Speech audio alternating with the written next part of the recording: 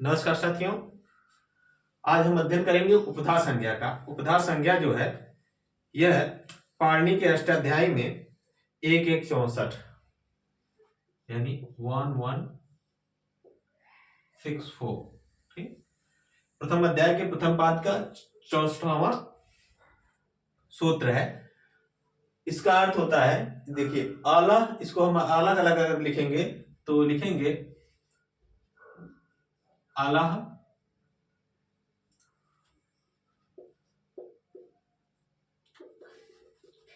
अलह अंत्यात, अलह अंत्यात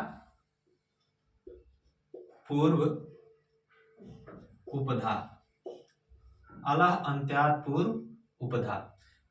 अलह माने आप समझ रहे हैं अयुण के आ से लेके हल के ला तक, यानी समस्त, चाहे वो स्वर वर्ण हो या व्यंजन वर्ण हो, सभी वर्ण अल प्रत्याहार के अंतर्गत परिगणित हो जाते हैं।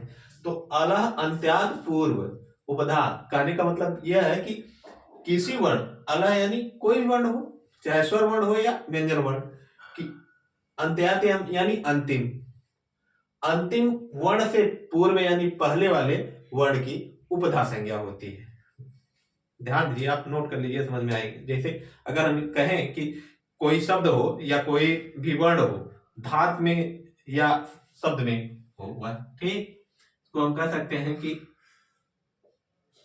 अगर नोट लिखें, ठीक, तो लिखेंगे कि कोई भी शब्द या धातु,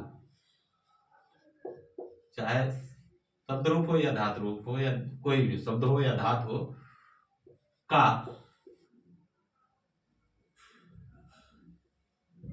नहीं के, ठीक, कोई भी शब्द या धातु के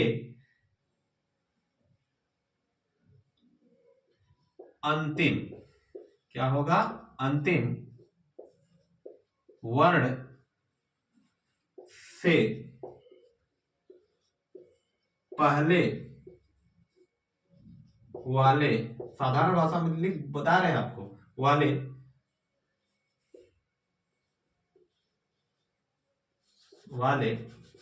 वर्ण की, शब्द की नहीं, वर्ण की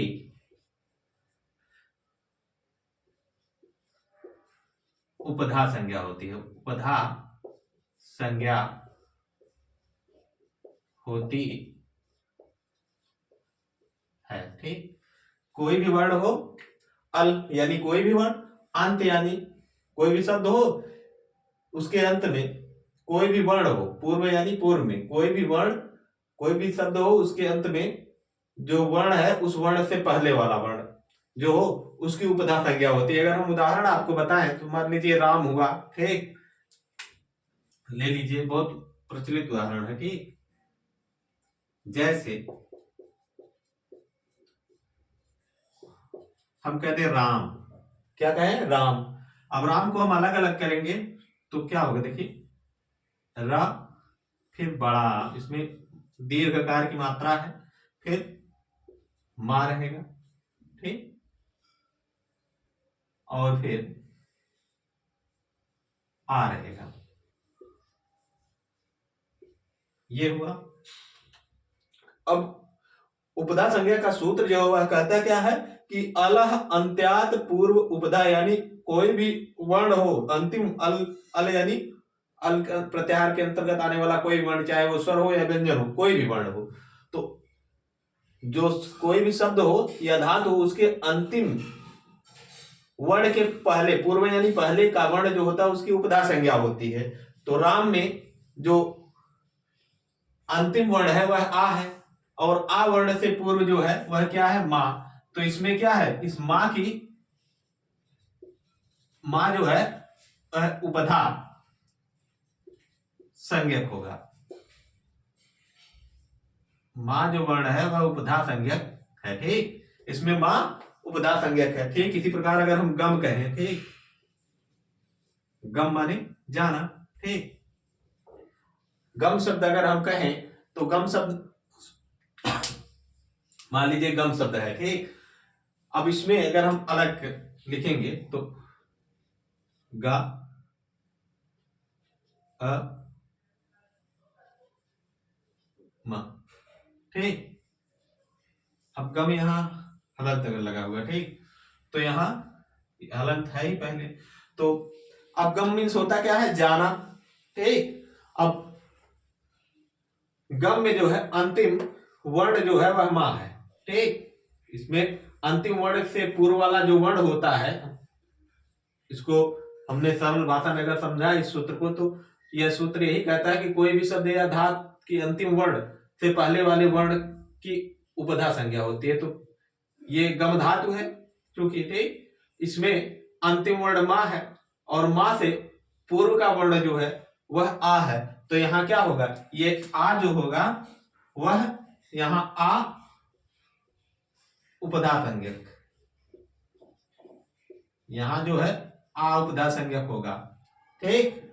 और कोई उदाहरण अगर आपको ध्यान में आ रहा हो, जैसे भिद हुआ, मुझ हुआ, क्या हुआ, भिद, मान लीजिए भिद ले लिया फिर हमने, तो शब्द क्या होगा,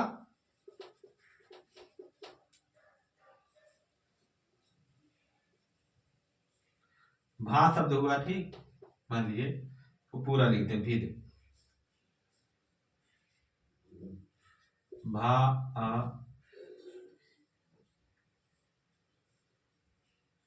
ए दा, क्योंकि ये पहले से ही फलन था भेद। तो इसमें किस वर्ण की उपधा संज्ञा होगी, इसमें जिस वर्ण की उपधा संज्ञा होगी वह ई होगा, क्या होगा, ई। अब यहां ई जो है उपधा संज्ञा, ई की उपधा संज्ञा होगी या उपधा संज्ञक है, ठीक, यानी इसकी ई की उपधा संज्ञा होगी। कुल मिलाकर उपधा संज्ञा अगर पूछे आपसे तो इसका सूत्र याद रहे कि अलो अंत्यात पूर्व उपधा, यह सूत्र कहता है कि अल अंत्य अंत्यात पूर्व उपधा, यानी अंतिम अल जो वर्ण है, अल यानी कोई भी वर्ण हो, ठीक, किसी भी अंतिम वर्ण से पूर्व, किसी भी धातु का हो या शब्द का हो, वह अंतिम जो वर्ण है उस वर्ण से पूर्व वाला जो वर्ण है, पहले वाला जो वर्ण है उसकी उपधा संज्ञा होगी। भी एक उदाहरण और देख लीजिए, मुझ, क्या होगा, मुझ, एक मिनट रुकिए, थोड़ा सा,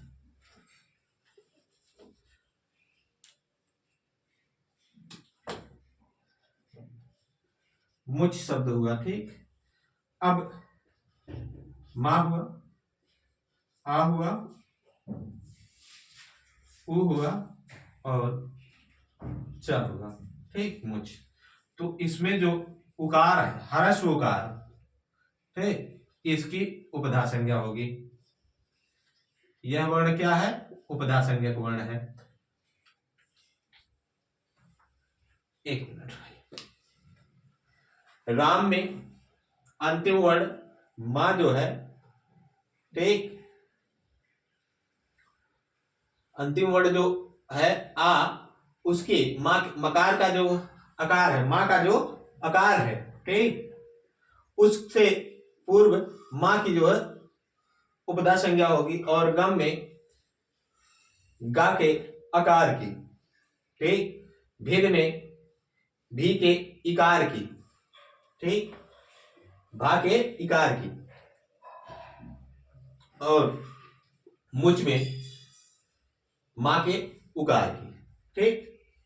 आशा है आपको अच्छे तरीके से समझ गए होंगे आप सब। तो इसके बाद हम आपको नदी संज्ञा और फिर घी संज्ञा का अध्ययन कराते हैं, इसको नोट कर लीजिए। मिलते हैं फिर अगली वीडियो में, तब तक के लिए नमस्कार।